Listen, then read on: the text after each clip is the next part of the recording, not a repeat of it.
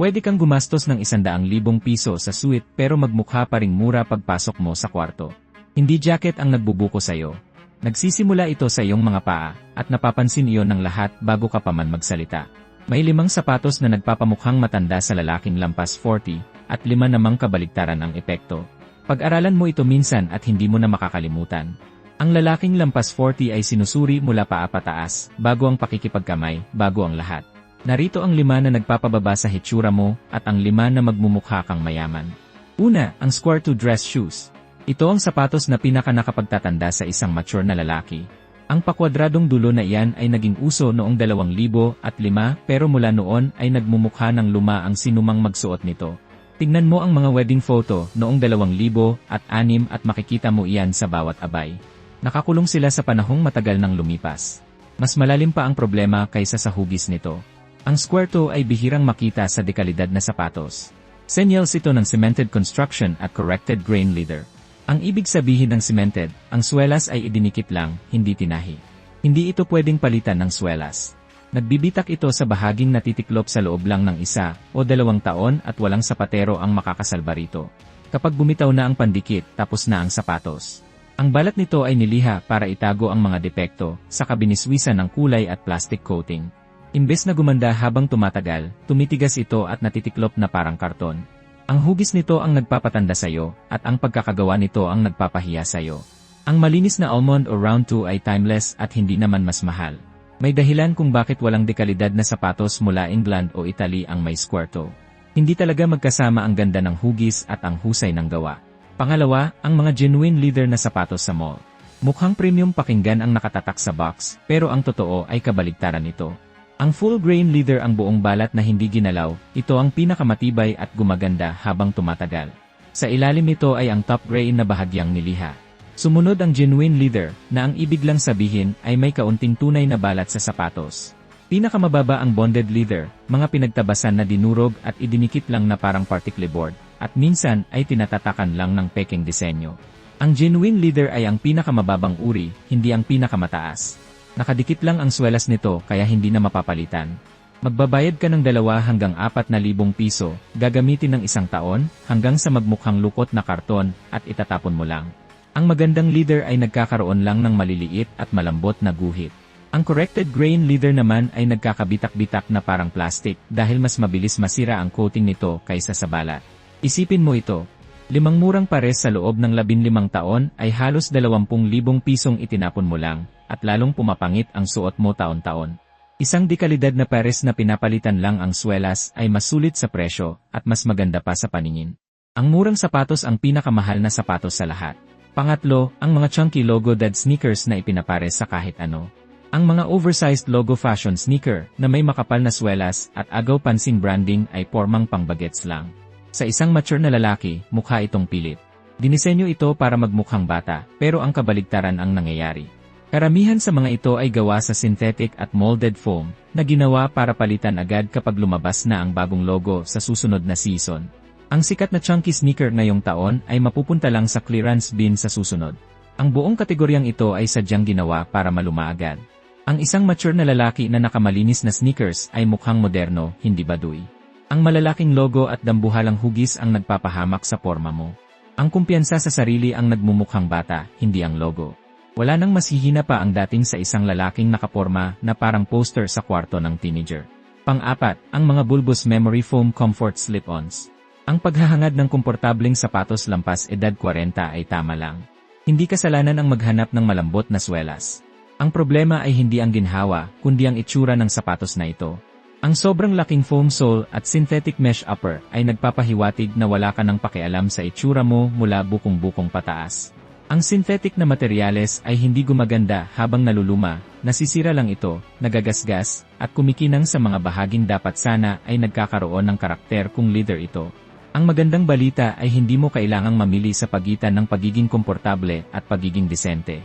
Isang dekalidad na full-grain leather sneaker na may cushioned insole, isang welted shoe sa ibabaw ng cork bed na humuhubog sa iyong paa, o isang loafer na may padded foot. Lahat sila ay komportable, hindi malaki tingnan at hindi nakakatanda. Panatilihin ang ginhawa at i-upgrade ang porma. Ika-5, ang mga ultra-pointy na sapatos na may mahahabang dulo. Ito ang kabaligtaran ng square toe. Ibang hugis, pero parehong nakakatanda ang epekto. Ang mahaba at matulis na sapatos ay mukhang stylish sa nightclub noong 2008. Pero sa isang seryosong lalaki sa liwanag ng araw, mukha na itong luma at parang costume. Sinisira din ito ang proporsyon ng buong outfit, kaya nagmumukhang bangka ang paa sa ilalim ng maayos na pantalon. Gaya ng square toe, ang hugis na ito ay madalas gawa sa murang materyales, nakadikit lang ang swelas, at peking leather na pinakintab lang. Parehong bagsak ang dalawang extremes na ito. Ang sagot na hindi naluluma ay ang malinis na almond o swabbing round toe, ang hugis na ginagamit ng pinakamahuhusay na sapatero sa loob ng 100 taon dahil bagay ito sa paa ng tao at hindi sumasabay sa uso. Ngayon, narito ang 5 dapat mong pag-arian. Una, isang Goodyear welted na derby o Oxford na gawa sa full-grain leather. Ang Goodyear welt ay nangangahulugang may strip ng leather na tinahi sa upper at insole, pagkatapos ay itatahi ang outer sole sa welt na iyon, na nakapatong sa cork bed na sumusunod sa porma ng iyong paa habang tumatagal. Kapag naupod ang swelas, madali itong mapapalitan ng bago ng isang sapatero. Tatagal ang sapatos ng isa pang dekada. Ang full-grain leather ay lalong gumaganda ang kulay bawat taon sa halip na magbakbak. Ang Loke at Cheney, na parehong gawa sa Northampton, England, ang nagsisilbing benchmark. Ang mga welted Oxford ng Loke ay nagkakahalaga ng nasa 260 hanggang 340 pounds. Ang Mirmin at Beckett Simonon naman ay nag-aalok ng welted full-grain sa mas murang presyo. Ang isang welted pair na nagkakahalaga ng $300, na inayos ang swelas ng 3 beses sa halagang 80 bawat isa, ay aabot lang sa $540 sa loob ng 15 taon. Mas mahal pa ang sapatos sa mall kaysa doon, at mas pangit pa ang itsura nito habang tumatagal. Pangalawa, ang minimalist full-grain leather sneaker. Kung saan ang mga sapatos na may malalaking logo ay tila sumisigaw, ito naman ay tahimik lang. Malinis ang mga linya, walang maingay na branding, at full-grain leather ang gamit imbes na synthetic mesh. Ang Common Projects Achilles, na gawa sa Italy, ay walang ibang dekorasyon, kundi isang maliit na gold serial number sa sakong. Ang balat at ang hugis nito ang mismong nagdadala. Nagkakahalaga ito ng nasa $425 hanggang $560. Ang Greats naman ay may minimalist leather sneakers sa halagang nasa $180. Ang Sirigi ay nasa $300 naman. Ang sapatos na mukhang pinakamahal sa loob ng kwarto ay madalas yung pinakasimple. Walang mesh, walang makapal na swelas, walang logo. Magandang leather lang at malinis na hugis. Pangatlo, ang Heritage Welted Boot. Ang Red Wing ay gumagawa na ng work boots sa Minnesota simula pa noong 1905. Ang Iron Ranger ay Goodyear welted, pwedeng palitan ang swelas, gawa sa VI, at nagkakahalaga ng nasa $350. Ang factory resoling ng Red Wing ay nagkakahalaga ng mga $110 hanggang $150. Ang full-grain leather nito ay nagkakaroon ng patina sa paglipas ng mga dekada, kung saan ang mga gasgas at tupi ay nagiging disenyo imbes na sira. Ang Thursday boot naman ay nag-aalok ng mga welted heritage boots sa halagang $160 hanggang $200. Ang dekalidad na leather boot ay bumabagay sa maong, chinos, at tailoring, at lalong gumaganda habang tumatagal. Pang-apat, isang dekalidad na loafer, pennyman o tassel.